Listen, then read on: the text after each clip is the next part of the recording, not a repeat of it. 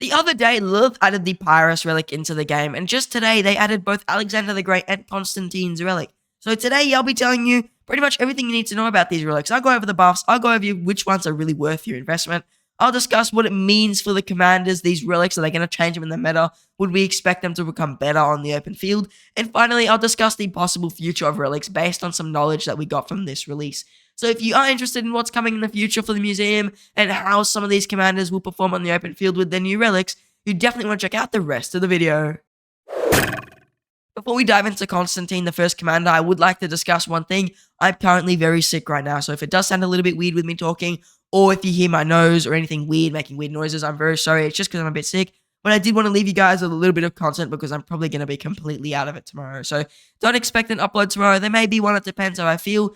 But for now, let's get back on the grind and discuss Constantine's relic. First of all, he only got a single relic. There is no double relic buff for Constantine. And his relic is a 20% infantry attack boost, which is nice. And then also a normal attack damage of plus 5%. Now, if we look at Constantine's kit, he actually doesn't have much attack. I think only his expertise gives him some amount of attack. So we're looking at a commander here who does benefit a little bit from attack. But if we're being realistic, attack is like the worst stat to give any commander because, well, they're not going to benefit much from it. If we think about it, attack is one of those things that, well, yeah, it's a stat, it's okay, but what are you going to do with it? You get a bunch of it from Crystal Tech, you get a bunch of it from Alliance Tech, you get a bunch of it from normal technology. You're always going to have the most attack.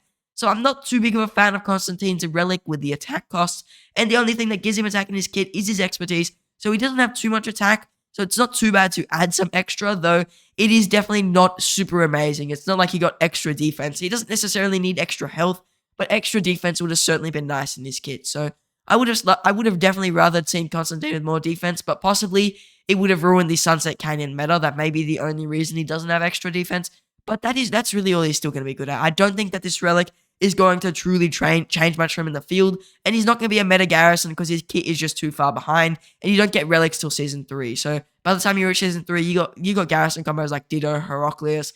They're just way, way, way better than Constantine. So I highly doubt he's going to become a meta garrison.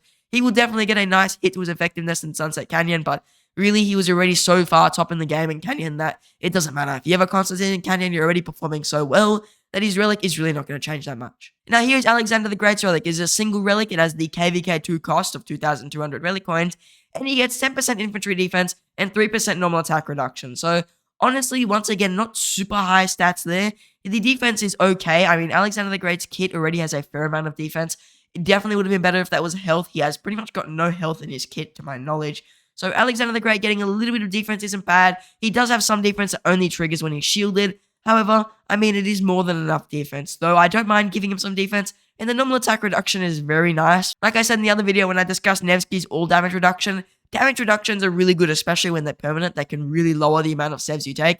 And since this damage reduction on Alexander the Great is going to be a permanent thing, so this normal attack is going to be a very nice buff to Alex. Even though it is actually a low stat, like the amount that you're getting, it's still going to make a very good difference, especially when you're hitting someone and you're just taking counter attack and no skill damage.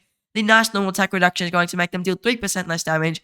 While it doesn't sound like much, it's going to save you a lot of sevs in the long run. His relic, though, don't know if it's going to change too much from the open field. I think he's really going to sit around the same spot that he's ever been. Even my tier list, where I ranked him, I think a tier lower than the tier list before, isn't going to change much. I don't think he's going to get that massive boost. I'm like, wow, Alexander the Great is on par with some of the new meta infantry. Now I would say 100% he's better than Guan or anything. It's just not at that point yet. I don't think that his relic will be there for quite a while. Maybe his double relic, we could see something a little bit more interesting.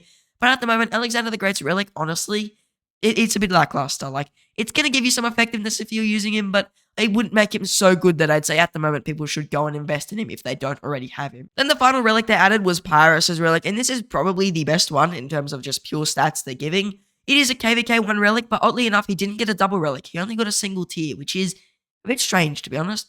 You would have expected a KVK1 commander to get a double relic, because every single other KVK1 commander got a double relic. Even on his release, Thutmose had a double relic. Well, he didn't have a double relic on release, but they added his relic on release and then gave him a double relic. And his kit is almost on par with Pyrrhus' kit. It's a little bit weaker, but I would have definitely expected him to get a double relic.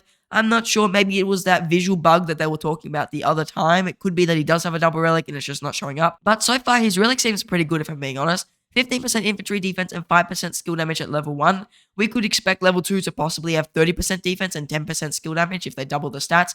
if I were to be more realistic, maybe 20 to 25% defense, and then probably still 10% skill damage. So I actually don't mind that in Pyrrhus' kit. If I remember correctly, he doesn't have too much defense in his kit. He's mostly a march speed and attack commander. He's got no defense. So I really like that addition of defense into his kit, actually. I really, really like it. You're giving a commander who doesn't have one type of stat a lot of the stat that he doesn't have. It's definitely going to boost his effectiveness. He does have a little bit of skill damage in his kit already. Oh, that's a skill damage taken reduction. So I guess he doesn't have any skill damage. So once again, that is a nice little boost to give him.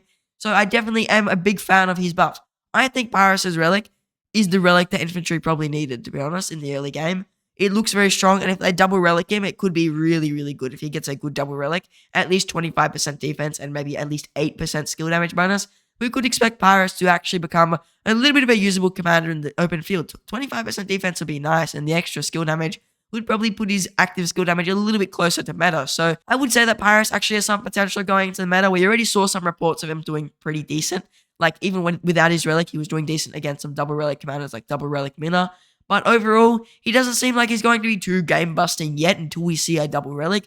Though in the future, we definitely could expect him to get a little bit of a nice boost to his relic if he gets that double relic. Now, out of these 3 relics, which one's really going to be worth it? Well, Constantine is only good in one situation, and that is if you're really into Sunset Canyon.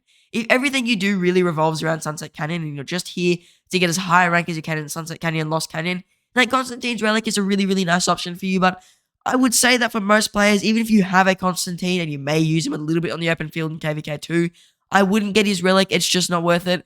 Think about how much he gets used in Season of Conquest. Next to none. I rarely see a Constantine on the open field. Lost Canyon, all that, yeah, sure, I see him here and there. But open field, I never see Constantine because he just does not have any capabilities on the open field. He's really just a very tanky commander that takes 7 wins to the face. So he's really good in Canyon, but not good in open field. So the only time I'd get his Relic is if you're doing Canyon. Alexander the Great's Relic, only good if you already have him. If you want to use Alex in the field in your murder ball, and you don't have any of these other better commanders, like possibly if you don't want to use a Mehmed, or you don't want to use a Caesar, you don't want to use a Minamoto, then I'd say at that point you can get Alex. If he's your only relic at that point, he's worth it. Keep in mind though, with these Season 2 relics, they cost more relic coins, they cost more exhibit coins as well. So you're looking at commanders who cost more and give less. That's the issue. For example, Alexander the Great and Constantine's Relic are double the price of the first level of any gold key commander or any KVK 1 commander. So you're looking at a commander who's extremely expensive for just the first tier. And if they add double relic tiers, we could expect Alexander the Great's Relic to be like crazy expensive, possibly 4,000 or 5,000 of these relic coins. So I highly recommend if you're going to get his relic, it is the only relic you focus on and you just save the rest. So unless you want to get some of these KVK 1 relics, which in my opinion are better overall value, then you can go and get Alexander the Great. So if you don't want any KVK 1 relics, you don't use any of these commanders, you never ever will, then you get Alexander the Great's Relic or Constantine's Relic if you really want to run Constantine on the field. The thing with Pyrrhus, he doesn't have a double relic at the moment, so I would say hold off. If you want to get Pyrrhus' relic and you're really considering using him on the open field, then you could get him now and hope they add the double relic soon. Or if you are considering using Pyrrhus in the field, maybe you're in the really early game right now and you just get Season of Conquest and you're like, I've got a Pyrrhus at a higher skill level, I really want to use him. What I would do is I would save the relic coins and save the exhibit coins just in case they don't add the double relic or it doesn't come for quite a while. And at that point, maybe some better commanders come out. Maybe they add like Juan's relic because that is pretty much next in line. I'll discuss that in a minute. Then you could just go and get Pyrrhus once his double relic comes out. Or if they add better relics, you can go and get those and bench your Pyrrhus. That is what I would do with Pyrrhus. Best investment here though, probably Alexander the Great or Pyrrhus. I mean, Pyrrhus is the cheapest relic of them both, being under half the price. So he's a much cheaper relic. You're going to easily access him if you need. So if you really do want to run him, he's definitely an option. But I think Alexander the Great is definitely the best option out of all the new relics since he is the most used commander and the most powerful out of all 3. But remember, I don't think these relics are going to be nearly as powerful as any of these KVK 1 relics because they are way, way, way better value. Like Mehmed, 30% health, 10% skill damage. Caesar's got crazy ore damage. YSG's got really nice defense. Even Martel has a really, really nice stat boost compared to some of the commanders there. I think Pyrrhus' relic is better than Martel's once you double relic Pyrrhus, but still, Martel's relic is really good and Minamoto's relic is like way better than all of them. So make sure you are probably getting these KVK 1 and early game commanders before you get Alexander the Great's relic, or at least consider will I end up using them before you end up picking some of these later relics that don't give you as much stats but cost even more. Now let's quickly discuss the possible future of relics and what I would expect to come to the museum soon. First of all, we are definitely going to expect to see an Edward and Thutmose relic. I know Thutmose relic from when Lilith announced it, or maybe it was 1079 leaks. If it's leaks, I didn't say this. it had some health in it. So Tamaris' Relic could be nice. It could be really good for Wales. She might be able to bring back a little bit of her open field value, even though she's been slightly replaced by Sargon. Edward Woodstock's Relic, I know it doesn't have an active skill cost reduction, so I don't think it's going to change too much for him. He might be a little bit better in 1v1 situations, but I don't think that's going to change much. After that, I would expect that what we get is a double Relic on Pyrrhus. I presume that's going to come very soon. I don't think they're going to leave him with a single Relic forever. He is meant to be a double Relic commander since he is a really early game commander. I'd also expect that within the next year or so, we will see some of these other commanders in the daily special offer get their Relic. So, for example, we see these, I think it's like the third generation of commanders. We see Guan and Leo, Ramses and Artemisia, and then like Theodora, YSS, and I think Attila Takeda. I think all those commanders will actually get their Relic in the near future, possibly within the next year or 2 years. It depends how powerful some of the newer commanders are and how hard some of these older commanders get countered. We know currently Attila Takeda do not sit in the meta.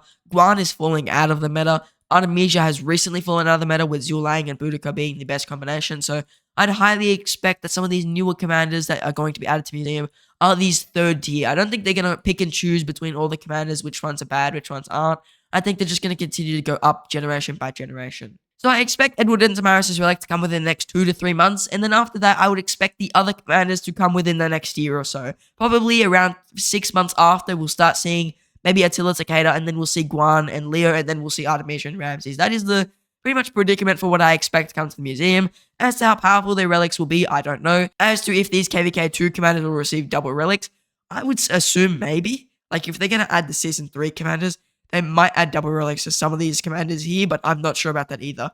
These commanders are definitely more powerful than the gold key commanders, so I'm not sure if you give them double relics, it's going to definitely unbalance things. And then also with the KVK3 commanders, I don't know how much they're going to cost. I'm going to presume they're going to cost more than the KVK2 commanders, if not the same price. So maybe we will see 3,000 relic coins as the main cost, which is really high, but I don't know. I'm not sure what's going to happen with costs right there, and I'm not sure if we're going to get KVK2 double relics, but I definitely would expect to see a Pyrrhus double relic in the future. Now, hopefully today's video wasn't too, wacky or anything. I'm honestly, completely out of it. My nose is completely blocked. I've been coughing my head off, so if you guys enjoyed the content, please do consider subscribing. I will be so dedicated that if I was on my deathbed in a morgue, I'd still be recording. So please do consider subscribing to the channel. It means a lot to me, and also does help support the channel. Now, I just want to say thank you much, and hope to see you in the next one.